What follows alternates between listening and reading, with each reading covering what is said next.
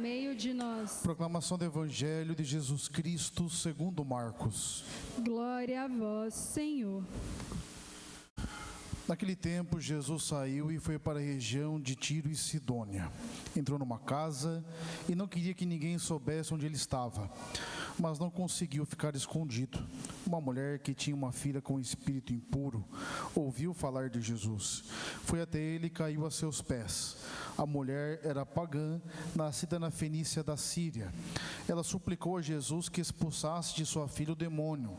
Jesus disse: deixa primeiro que os filhos fiquem saciados, porque não está certo tirar o pão dos filhos e jogá-lo aos cachorrinhos. A mulher respondeu: é verdade, Senhor, mas também os cachorrinhos debaixo da mesa comem as migalhas que as crianças deixam cair. Então Jesus disse: por causa do que acabas de dizer, podes voltar para casa. O demônio já saiu de tua filha. Ela voltou para casa e encontrou sua filha deitada na cama, pois o demônio já havia saído dela. Palavra da salvação. Glória a vós, Senhor. A palavra de Deus hoje nos convida a olhar para a nossa história, para a nossa existência e aplicar de fato a sabedoria divina e não sabedoria humana. Quando a gente olha, por exemplo, a primeira leitura, Salomão foi dito como o homem mais sábio, não é verdade? Mas se perdeu. Dizem que foi por influência das suas mulheres. Ele só tinha 800. Coisa muito pouca, na verdade.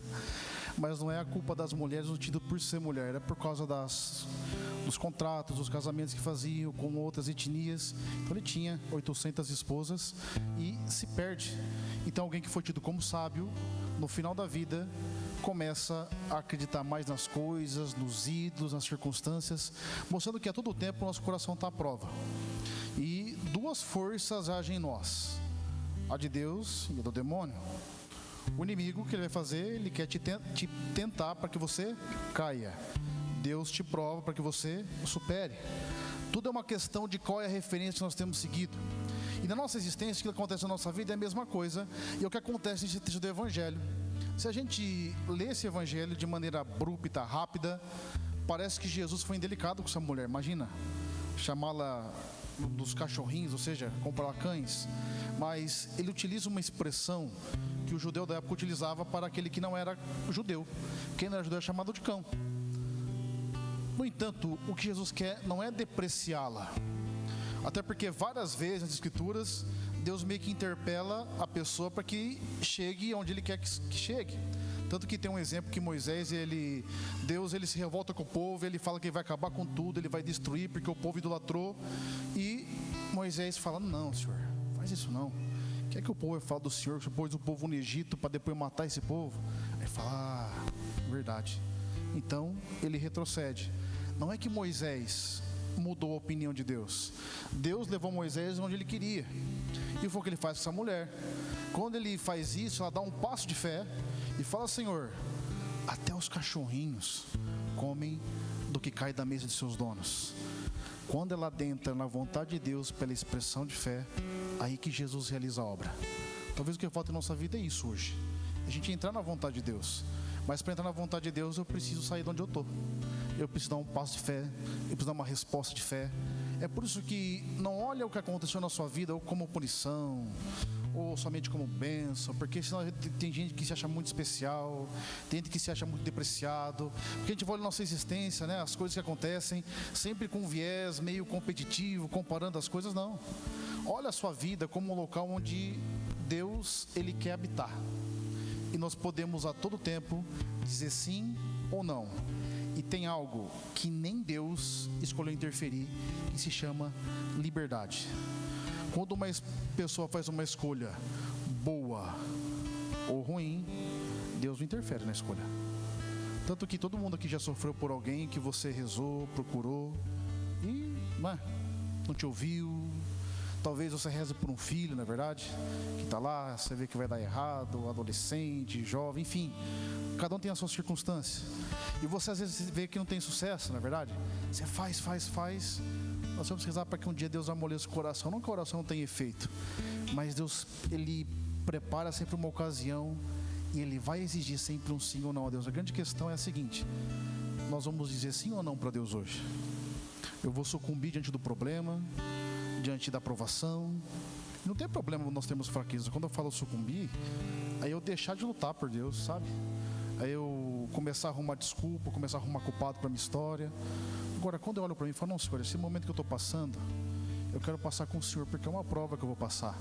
Porque muitas vezes esse evangelho que foi pregado de sucesso, de prosperidade, de motivação, sabe? Que tudo é lindo, é bonito e que bota sempre uns vencedores para você olhar e admirar e querer seguir. Não é muitas vezes o evangelho de Jesus, não. Já olhou para a vida de São Paulo? O que esse homem passou, gente? São Paulo foi um homem completamente entregue. É claro, se tem uma existência que eu olho com uma admiração assim, exagerada, é de São Paulo. São Paulo não tem uma crise vocacional nenhuma.